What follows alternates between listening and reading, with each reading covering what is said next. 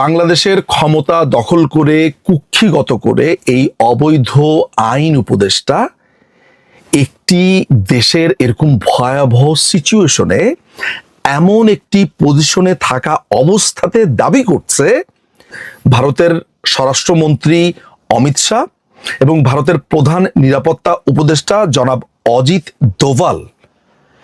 এই যে নারকীয় হত্যাকাণ্ডটা হয়েছে এটা তারা করেছে, তারা অস্ত্র দিয়েছে, তারা করেছে, এই দাবিটা আসিফ নজরুল করছে। খুবই ভয়ঙ্কর একটা অ্যালিগেশন।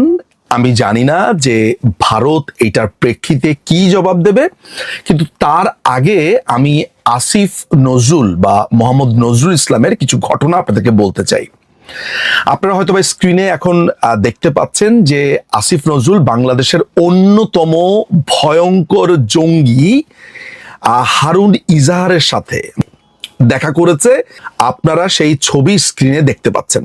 প্রিয় দর্শক, আপনারা যদি ভুলে যান কিংবা আপনাদের স্মরণে না থাকে, আপনাদেরকে একটু স্মরণ করিয়ে দেই। বাংলাদেশের সাম্প্রতিক সময়ে ওয়াকারুজ্জামান তার এক ভাষণে পরিষ্কার করে বলেছে যে বাংলাদেশে ইসলামিস্টদের একটা হামলা সাধারণ মানুষের উপরে হতে পারে, এটার জন্য তিনি হাই অ্যালার্ট থাকতে বলেছেন। এটা আজকে থেকে 2 থেকে 3 সপ্তাহ আগে, অর্থাৎ তিনি যখন রাশিয়া ক্রোয়েশিয়া সফর করছিলেন তার আগেরই এই বক্তব্য। কিছুক্ষণ আগে যেটা জানতে পেরেছি যে বাংলাদেশে একটা জঙ্গি হানা হওয়ার সম্ভাবনা রয়েছে এবং সেই বিষয়ে নিয়ে তিনি সেনা অফিসারদের সঙ্গে আলোচনা করেছেন। কারণ তিনি যেটা বলেছেন যে সেনাপ্রধান, বাংলাদেশের সেনাপ্রধান তিনি বলেছেন তার কাছে খুব স্পেসিফিক খবর আছে যে বাংলাদেশে একটা বড় ধরনের জঙ্গি হামলার পরিকল্পনা চলছে। তবে কোন জঙ্গি সংগঠন সেগুলো বলেননি। তিনি যেটা বলেছেন যে তিনি সেনাবাহিনীর অফিসারদের দায়িত্ব দিয়েছেন, একদম জোন অনুযায়ী দায়িত্ব দিয়েছেন যে নজর রাখার জন্য। কারণ কিছু কিছু ইনপুট তার কাছে এসছে কোন কোন জায়গায় হামলাগুলো হতে পারে এবং সেই বিষয়গুলি কিন্তু গোপন রাখা হয়েছে। কিন্তু কনসার্ন অফিসারদের দায়িত্ব দেওয়া হয়েছে, সেনাবাহিনীকে মুভ করতে বলা হয়েছে, তারা রাস্তায় মুভ করছেন এবং পরিস্থিতি মোকাবিলার জন্য তৈরি থাকতে বলা হয়েছে। তিনি আগে এই বক্তব্য দিয়েছেন, তার কিছুদিনের মধ্যেই আসিফ নজরুল এই জঙ্গি হারুন ইজাহারের সাথে দেখা করে। এই হারুন ইজাহার কে? এই হারুন ইজাহার বাংলাদেশে জঙ্গি পুরো যে চর্চাটা আছে, যেই সাম্প্রদায়িক হামলা উস্কানি, তার অন্যতম মাস্টার মাইন্ড। বলা হয়ে থাকে যে হারুন ইজাহার লস্করি তৈয়বার বাংলাদেশের একজন অন্যতম সদস্য বা প্রধান, বা এইখান থেকে অপারেট করে। হারুন ইজাহারকে 2009 সালে চিটাগংয়ে আপনার লস্করি তৈয়বার সাথে সংযুক্ত থাকার কারণে তাকে আটক করা হয়, যেখানে ইন্ডিয়ান হাই কমিশন এবং ইউএস এমবেসিতে হামলার পরিকল্পনা চলছিল। এই অভিযোগে তাকে গ্রেফতার করা হয়। 2021 সালে যখন বাংলাদেশে শ্রী নরেন্দ্র মোদী বাংলাদেশে আসেন, নরেন্দ্র মোদীর আগমন উপলক্ষে সেখানে যে ক্যাওস তৈরি করা হয়েছিল, তার উপরে হামলার যেই কথা বলা হচ্ছিল, তাকে পেটানো, তাকে নানান ধরনের গালিগালাজ এবং একসাথে যেই সাম্প্রদায়িক সম্প্রীতি নষ্ট করবার চেষ্টা করা হয়েছিল, 2021 সালের 26শে মার্চের আগে আপনারা জানেন যে শ্রী নরেন্দ্র মোদী বাংলাদেশে আমন্ত্রিত অতিথি ছিল। সেইখানে এইসব হামলার অভিযোগে, এইসব নানান ধরনের ঘটনার প্রেক্ষিতে তখন তাকে গ্রেফতার করা হয়। চট্টগ্রামের লালখান বাজার থেকে র্যাবের হাতে গ্রেফতার হয়েছেন 18 মামলার আসামি হারুন ইজহার। তার বিরুদ্ধে ঢাকায় মার্কিন দূতাবাস ও ভারতীয় হাইকমিশনে হামলা পরিকল্পনার অভিযোগ আছে। বিশ্বব্যাপী নিষিদ্ধ জঙ্গি সংগঠন লস্করি তৈয়বার নির্দেশে 2009 সালে এই পরিকল্পনা হয়েছিল।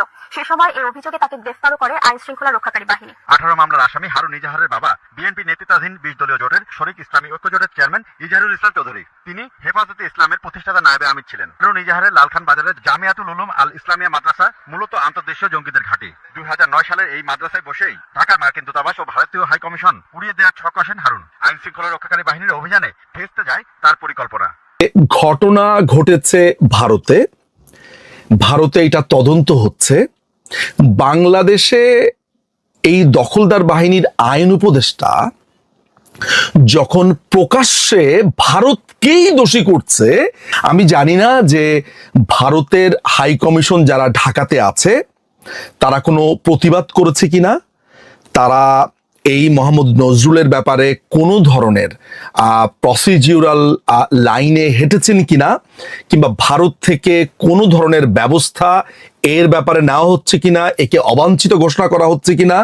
কারণ খুবই আনফর্চুনেটলি আমি এই মোহাম্মদ নজরুলকে এর আগে ভারতের হাই কমিশনের একটা প্রোগ্রামে দেখেছি, তাদের ইন্ডিপেন্ডেন্ট ডেতে, যেটা আমাকে খুবই বিস্মিত করেছিল।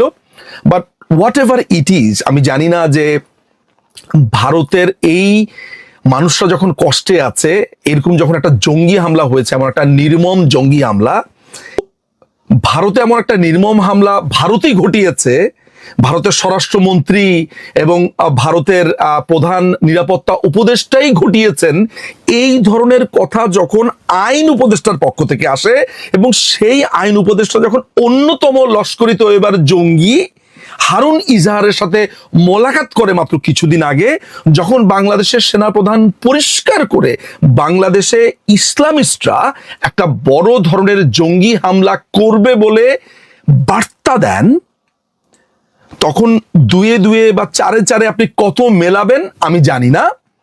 এইটার ব্যাপারে আসলে ভারত কি ব্যবস্থা নেবে, ভারতের পজিশন কি হবে, ভারতের বক্তব্য কি হবে আমি জানি না। তবে এইটা একটা সিরিয়াস অ্যালিগেশন।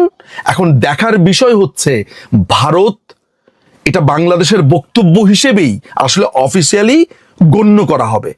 তো ভারতের এমন একটা জঙ্গি হামলার ঘটনার ক্ষেত্রে বাংলাদেশের এমন একটা স্টেটমেন্ট ঠিক কি অবস্থাতে সামনে কূটনৈতিকভাবে বাংলাদেশকে নিয়ে যাবে, এটাই আমরা এখন দেখব।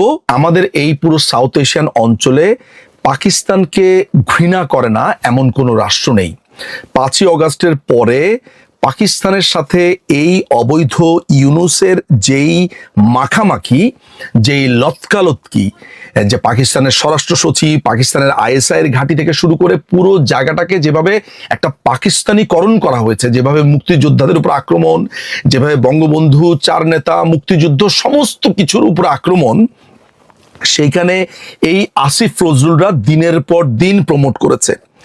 এই জঙ্গি হারুন ইজাহারকে মুক্ত করে দিয়েছে, এবং এই জঙ্গি হারুন ইজাহার সহ যত জঙ্গি আটক ছিল বাংলাদেশে, এদের প্রত্যেককেই কিন্তু মুক্তি দিয়েছে এই আসিফ নজরুল ওরফে মোহাম্মদ নজরুল ইসলাম।